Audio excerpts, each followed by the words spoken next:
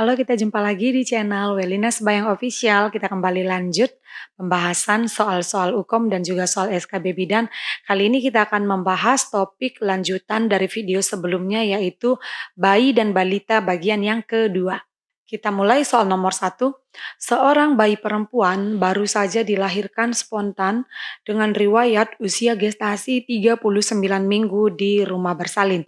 Hasil pemeriksaan keadaan umum baik, berat badan lahir 3.000 gram, panjang badan 50 cm, suhu 36 derajat Celcius, nadi 125 kali per menit, ya, badan dan ekstremitas berwarna merah, menangis kuat, gerakan sedikit, bersin saat dilakukan rangsangan taktil. Pertanyaannya, berapakah nilai Apgar skor bayi sesuai kasus tersebut? A6, B7, C8, D9, E10. Oke, di sini jawaban yang paling tepat itu adalah D, ya, 9. Nah, cara gampangnya itu adalah dari kasus tersebut kita bisa lihat bahwa semuanya normal, ya. Dimulai dari badan dan ekstremitas berwarna merah, ya kan? Badan ekstremitas berwarna merah nilainya 2, kemudian menangis kuat nilainya 2, ya. Gerakan sedikit, itu nilainya 1, ya. Kan kalau gerakan aktif baru itu nilainya 2, dan bersin saat dilakukan rangsangan taktil itu juga nilainya 2. Jadi dan nadi, ya, nadinya 125 kali per menit itu juga nilainya adalah 2. Jadi kalau keseluruhan dari poinnya tadi nilainya 2 kali 5, kan Apgar skor itu 5 yang dinilai, ya, mulai dari warna kulit badan, kemudian menangis kuat, jantung, frekuensi jantung yaitu dari jumlah jantungnya tadi, ya, kemudian gerakannya dan juga bersin saat dilakukan rangsangan taktil. Itu kalau keseluruhan itu normal, semuanya bagus, semuanya nilainya adalah 10, ya, dan 9 sampai 10 itu masih batas normal. Karena 1 tadi itu gerakannya sedikit, jadi itulah yang poinnya 1. Jadi jawabannya itu adalah D9. Oke, soal nomor 2 ini mungkin sudah ada di di video pembahasan sebelumnya, ya, tapi saya bacakan aja. Seorang bayi laki-laki lahir spontan aterem 4 jam yang lalu di puskesmas. Berat lahir 2.550, ya, normal, walaupun ini pada ambang batas, ya.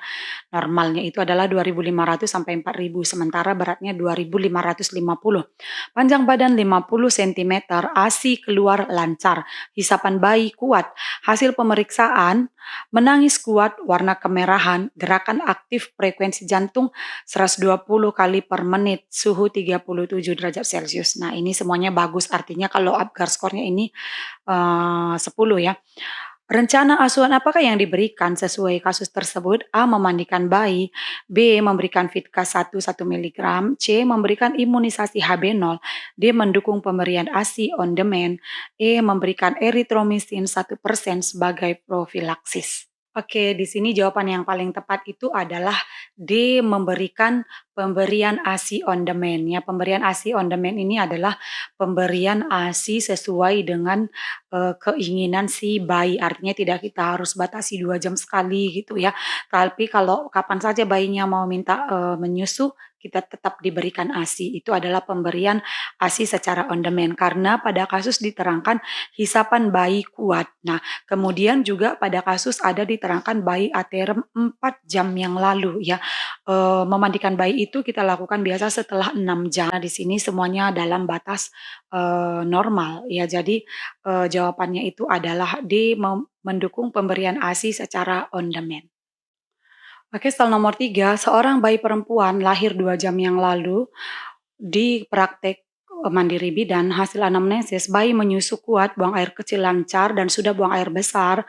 Hasil pemeriksaan berat badan lahir 2.400 gram. Artinya ini BPLR, ya, karena kurang dari 2.500. Panjang badan 46 cm, suhu 35 derajat Celcius, frekuensi jantung 120 kali per menit, refleks hisap kuat, tapi dia tetap bisa menghisap kuat, dan pemeriksaan fisik tidak ditemukan kelainan. Nah, jadi pertanyaannya adalah Ini ceritanya tentang BBLR ya, berat badan lahir rendah. Asuhan apakah yang harus diberikan kepada bayi? Pada kasus tersebut, A. Lakukan perawatan metode kanguru, B. Letakkan di bawah lampu, C. Berikan infus dextrose, D. Berikan antibiotik, E. Rujuk segera. Nah, jadi untuk kasus bayi yang BBLR dengan pemeriksaan fisik masih dalam batas normal seperti ini, asuhan yang kita berikan itu adalah A, ya lakukan perawatan dengan metode kanguru.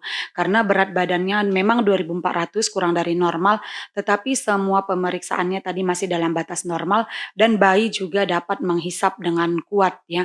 Jadi kalau misalnya diletakkan di bawah lampu ini memungkinkan akan tidak terkontrol nanti ya, tidak terkontrol suhu. Karena kalau di bawah lampu lain hal kalau memang, inkubator yang bisa disetel, diatur suhunya ya. Jadi, metode kanguru itu lebih efektif dan tidak perlu diberikan infus dextrose ataupun antibiotik karena semua pemeriksaan fisik dalam batas normal. Rujuk segera juga tidak perlu, jawabannya adalah A, lakukan perawatan metode kanguru. Oke, pertanyaan nomor 4, seorang bayi laki-laki lahir spontan 2 jam yang lalu di rumah sakit, berat badan 4.000 gram. Normal ya, panjang badan 51 sentimeter. Hasil pemeriksaan frekuensi jantung 120 kali per menit, pernapasan 40 kali per menit, suhu 36,5, lanugo sedikit, vernix caseosa kurang, kulit keriput, kuku jari panjang dan gerak aktif. Pertanyaannya, diagnosis apakah yang paling mungkin pada kasus tersebut? A. Immatur, B. Dismatur, C. Prematur, D. Postmatur, E. Matur.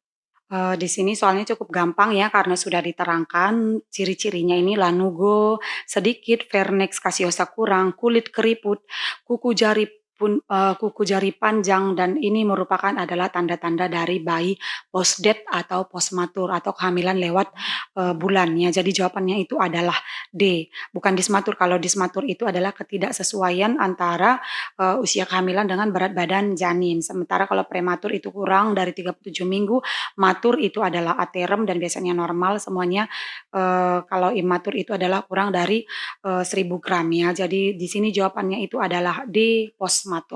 Oke, soal nomor 5, seorang bidan mengunjungi seorang bayi yang berumur 6 hari. Berarti ini, sebenarnya kunjungan NIPAS yang kedua ya. NIPAS yang kedua itu kemarin kan 6 jam, sampai 8 jam pertama, kemudian 6 hari, 2 minggu, dan 6 minggu. Jadi ini adalah kunjungan yang kedua sebenarnya 6 hari ya. Hasil anamnesis sejak 2 hari yang lalu bayi merasa rewel dan tidak mau menyusu. Hasil pemeriksaan berat badan 3.400 gram, suhu 37 derajat Celcius, kulit bayi tampak berwarna kuning, badan badan teraba febris ya berarti demam, mulut mencucu dan tali pusat berbau serta belum pupus. Diagnosis apakah yang paling tepat pada kasus tersebut? A. Sepsis, B. Aspeksia, C. Dehidrasi, D. Hiperbilirubinemia, E. Tetanus neonatorum. Oke, di sini jawaban yang paling tepat itu adalah, E ya, tetanus neonatorum. Memang, ada tampak badan berwarna kuning juga merupakan ciri-ciri dari hiperbilirubinemia dan, bayinya juga tidak mau menyusu mungkin itu juga, dan berwarna kuning bisa juga karena, dehidrasi, tetapi yang paling khas itu adalah dengan demam ya, demam dan mulut mencucu itu adalah ciri khas dari tetanus neonatorum. Jadi, gejala yang lain itu merupakan akibat dari si bayi tersebut, mengalami tetanus neonatorum. Jadi jawabannya adalah E. Oke, sekian dulu pembahasan kita tentang, soal-soal hukum dan juga soal SKB Bidan untuk topik bayi dan balita dan kita akan lanjut di video selanjutnya bayi balita bagian yang ketiga. Terima kasih.